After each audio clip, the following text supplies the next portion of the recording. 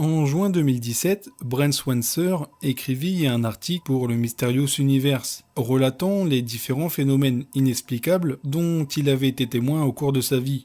À cette occasion, il raconta la terrible mésaventure qui lui était arrivée quelques années plus tôt, une expérience si traumatisante qu'il n'en avait jamais parlé à personne.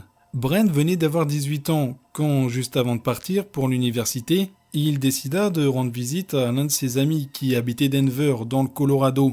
À cette époque, il n'avait pas beaucoup d'argent. Ses parents estimaient son projet quelque peu fantaisiste, mais ils l'autorisèrent néanmoins à faire le voyage. Brent n'avait pas peur de partir seul en voiture. Il était sûr de pouvoir se débrouiller en toutes circonstances. Avec son mètre 90 et sa carrure d'athlète, il s'estimait plutôt intimidant, et il pensait naïvement que personne n'oserait l'importuner. « C'est juste une promenade en voiture, se disait-il. Je resterai juste 2 jours, et je reviendrai ensuite. » L'idée semblait simple, et il la jugeait sans risque, mais malheureusement il se trompait. En cours de chemin, quelque part dans les contrées sauvages du Nevada, il comprit que le trajet allait durer plus longtemps que prévu. Il était parti de chez lui en fin de journée, et il commençait déjà à somnoler. La région était déserte, il n'avait croisé personne depuis des kilomètres, et la route lui semblait sans fin. Elle était longue, sombre, monotone, et les lignes tracées sur le goudron l'hypnotisaient dangereusement. Ça pourrait tout aussi bien être la surface de la Lune, se disait-il en lui-même. Au même moment, sa voiture fit une grosse embardée sur le côté, et il redressa le volant in extremis. S'il ne s'arrêtait pas, il allait avoir un accident. Il aurait voulu passer la nuit dans un hôtel, mais il avait à peine assez d'argent pour la nourriture et l'essence. Alors, comme il devait absolument faire une pause, il finit par se garer sur une aire de repos. Il avait prévu de dormir quelques heures avant de reprendre la route, qui lui semblait de plus en plus sinistre. Aucun autre véhicule que le sien ne se trouvait sur le parking. L'atmosphère était lourde, presque angoissante. Il se demandait s'il avait bien fait de s'arrêter dans un endroit aussi isolé, quand tout à coup, il s'endormit. Il dormait depuis une période de temps indéterminée quand un bruit le réveilla. Il ouvrit les yeux et, remarquant la luminosité, il pensait que le jour s'était levé. Un jeune homme maigre, qui devait avoir une vingtaine d'années, le regardait fixement, en donnant des petits coups à la vitre de sa portière. Il était habillé normalement, il ne ressemblait pas à un vagabond et ne paraissait pas spécialement menaçant. Brent se demandait ce qu'il faisait là, perdu au milieu de nulle part, quand l'inconnu lui dit simplement et calmement « Ouvrez la portière !» Soudain, un indéfinissable sentiment de danger le submergea, et il songea avec soulagement qu'il avait bien fait de verrouiller toutes les portières.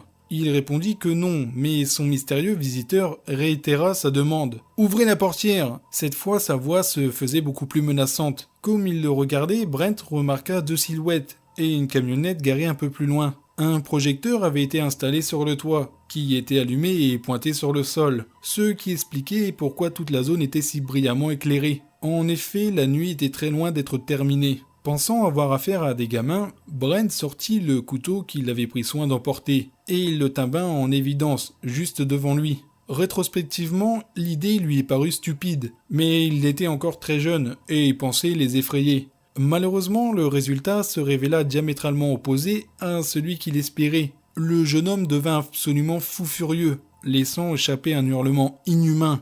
Il se mit à secouer violemment la voiture. Sa colère était telle qu'il la soulevait du sol à chaque poussée. Brent, qui ne s'attendait pas à une telle réaction, en resta pétri d'effroi. Jamais il n'aurait pensé que quelqu'un puisse faire preuve d'autant de force, et encore moins un homme aussi maigre. Au même moment, il remarqua que les 2 autres jeunes, qui étaient restés près de la camionnette et observaient la scène sans bouger, avaient quelque chose de spécial. Leurs yeux brillaient ou reflétaient la lumière, comme ceux d'un chat. Ils n'avaient rien d'humain. Leur silhouette était floue, déformée, parasitée, comme s'ils les avaient regardés sur un écran de télévision de mauvaise qualité. Elles tremblaient ou allaient et venaient à grande vitesse, et l'idée l'effleura qu'ils luttaient pour rester dans la réalité. Soudain, une fille qui haletait et grognait comme un chien enragé se téléporta instantanément près de la voiture, et elle lui ordonna hargneusement « Ouvre la portière maintenant !» Pris de panique, il tenta de démarrer. Il pensait en toute honnêteté qu'ils avaient sûrement saboté son moteur pour l'empêcher de partir. et qu'il allait rester coincé là jusqu'à ce qu'il force sa portière ou que quelqu'un lui vienne en aide. Une perspective qui lui semblait incertaine, pour ne pas dire improbable. À sa grande surprise, la voiture se mit aussitôt en route et il s'enfuit aussi vite que possible. Le projecteur placé sur le toit de la camionnette bascula immédiatement sur lui, l'aveuglant et suivant sa course avec une précision parfaite. Il appuya sur l'accélérateur, puis il regarda dans son rétroviseur et il constata avec effroi que l'un des mystérieux visiteurs, pas l'homme ni la femme, peut-être le troisième ou un autre caché dans l'ombre, le suivait de près.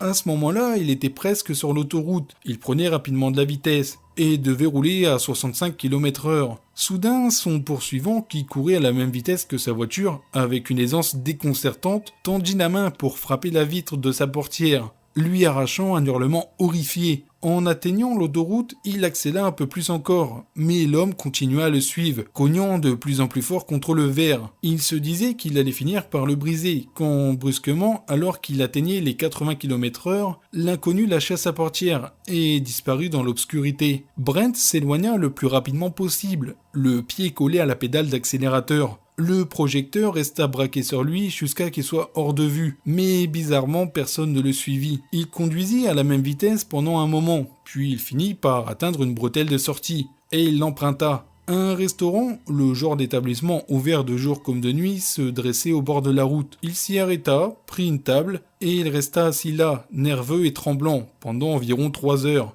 Il n'arrivait pas à se calmer et sa fébrilité trahissait son malaise. La serveuse vint le questionner à plusieurs reprises, lui demandant s'il allait bien, mais il lui répondit qu'il avait failli avoir un accident et qu'il en était toujours secoué. Il ne savait pas vraiment pourquoi, mais il n'avait pas envie de parler de ce qui lui était arrivé, ou de prévenir la police. Peut-être parce qu'il pensait qu'il ne le croirait jamais. Lui-même y croyait à peine.